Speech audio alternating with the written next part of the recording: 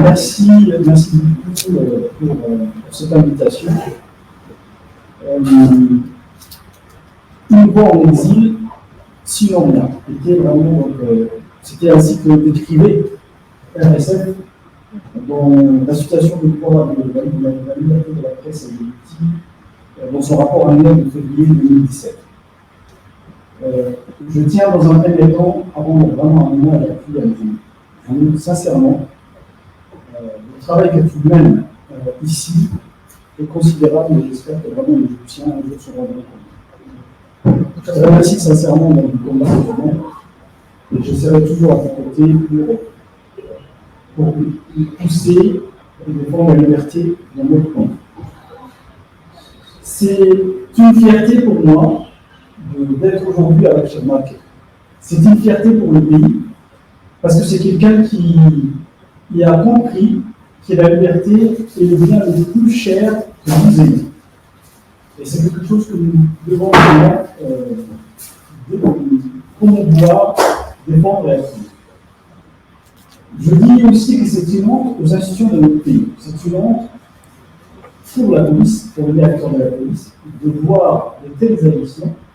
C'est une honte pour aussi le service de renseignement du pays qui aujourd'hui violente, qui maltraite, qui torture, qui détient en secret nos compatriotes.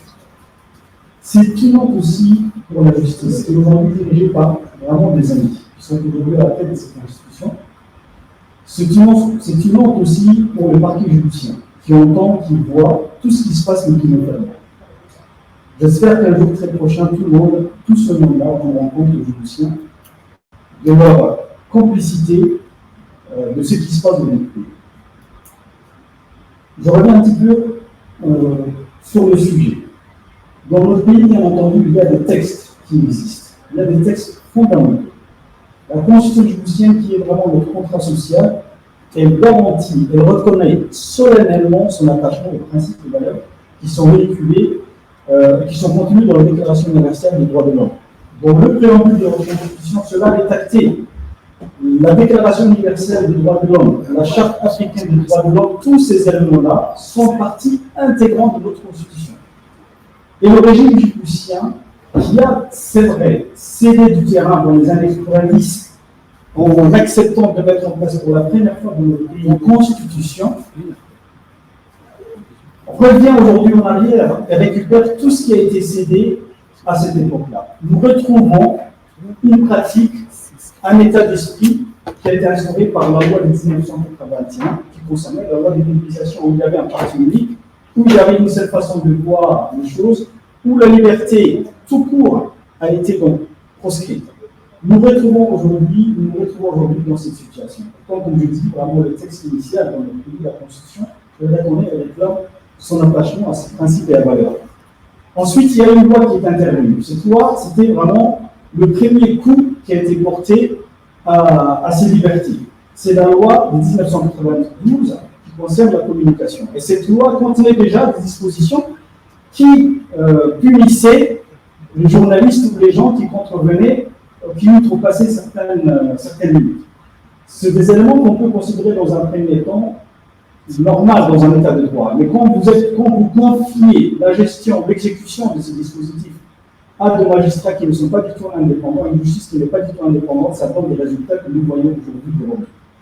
Ce texte, donc, que je vous disais, de 1992, a été complété a été modifié très récemment, dans les années 2000, par une autre loi qui a davantage porté un coup à la liberté de la presse, en élargissant la poursuite en ce qui concerne donc, les gens qui militent sur les réseaux sociaux. Donc vous voyez, l'appareil répressif s'est élargi davantage.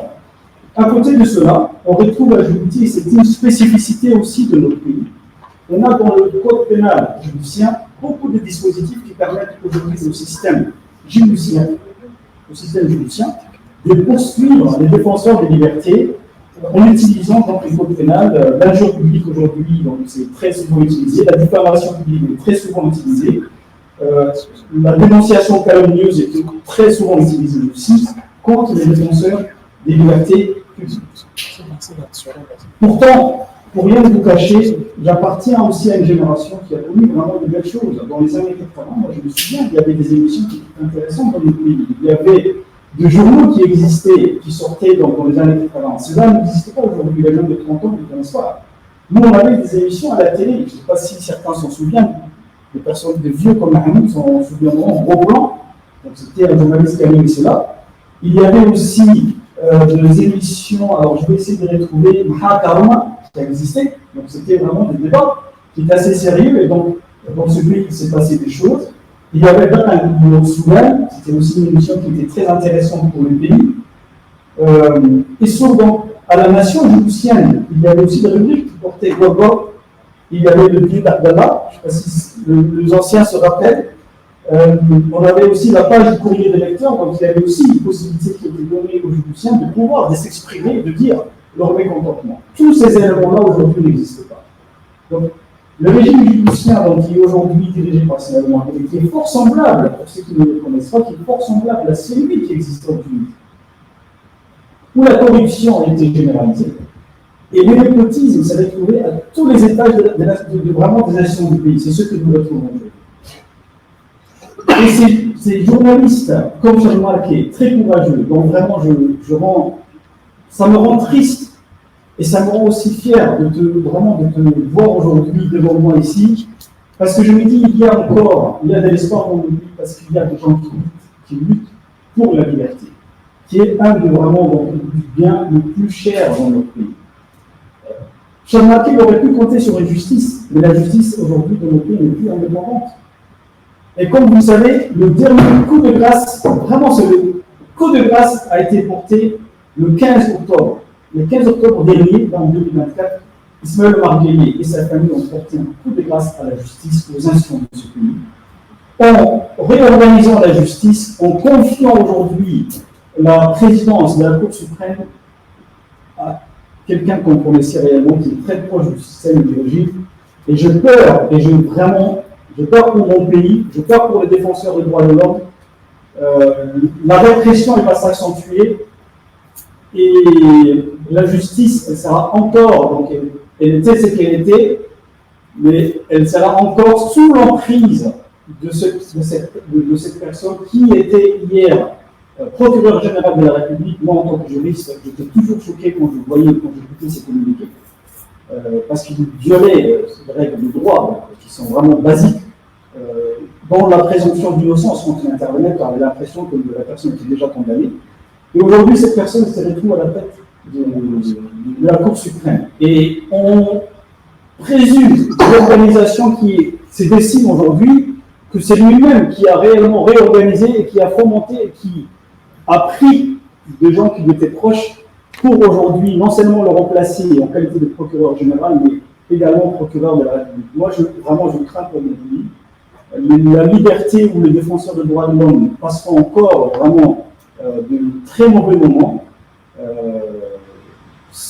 Je rajoute et je finirai là-dessus en disant qu'on aurait pu penser que les puissances occidentales, dont la France et notre pays ici, les autorités, allaient un petit peu réfléchir à ce qui se passe dans ces pays et allaient un petit peu faire comprendre à ces systèmes qu'on ne peut plus continuer comme ça, parce que sinon on va directement droit dans le mur. La France, les États-Unis, aujourd'hui se montrent quelque part, et nous entendons, nous, les démocrates, les défenseurs des droits humains, pour nous dire ils ne sont plus là. On ne défend plus la liberté de la presse dans ce pays-là. Et je le répète et je finirai là-dessus en disant que la défense des droits humains, la démocratie, la liberté, la dignité de l'homme, ce ne sont pas des éléments ou des principes qui sont un luxe pour les Djiboutiens ou pour les Africains. C'est inné. C'est des choses qui sont innées, qui sont inhérentes à tout individu. C'est des éléments que nous avions aussi dans nos cultures. C'est des valeurs et des principes que nous avions.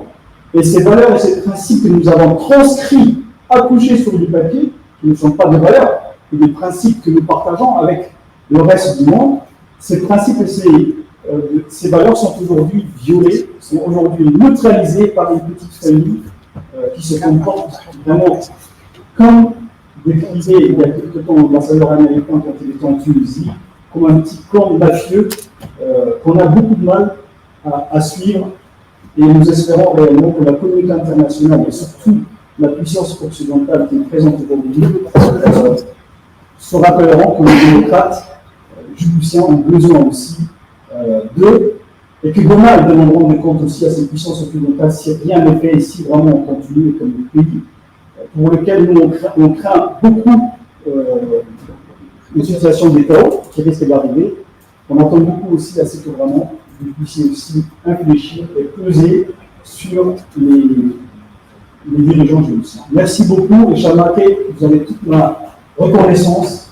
C'est une fierté pour moi, c'est une fierté pour le Djiboutien, et sincèrement, nous sommes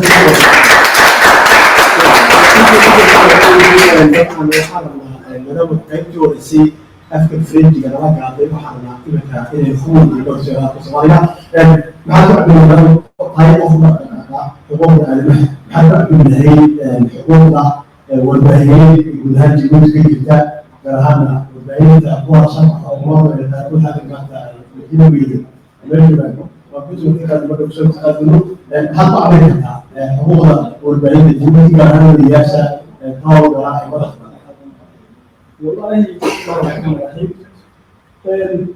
لهوتا waxaa la yidhi ummadda reer Djibouti maanta in ay ka qarsoon tahay xaaladda dadka ku sugan yahay dadka idaacadda ka shaqeeya idaacadda Djibouti waxay tahay journaalka national wuxuu yahay maanta qof ay magaranaysaa waxay ka saaran tahay haba yaraatee waxaan ogsoonnahay idaacadda Djibouti in loo furtay meel baan furaynaa meel baan tegey waan qurux badannahay waan fiicannahay maahina dhibta maanta dadka ka taalna nin journalist oo reer Djibouti oo ka warramayay hadda fariiska waxaan ku sheegay markaan u yaraa in dalka aan joogay waxaan fursad u lahaa Ismaaciil Cumar xukuumadda u nahay waxaan u joogay dalka waxaa jiray telefoon la socon jiray doola ayaa la gelay waxaa jiray missionary program oo wasiirada wax laga weydiinay directorada wax laga weydiinay waan ku soo gaaray waxaa kaloo jirtay maxaa kaaduna waa loolanaya wada soo yeedhayay mas-uuliin wax laga weydiinayay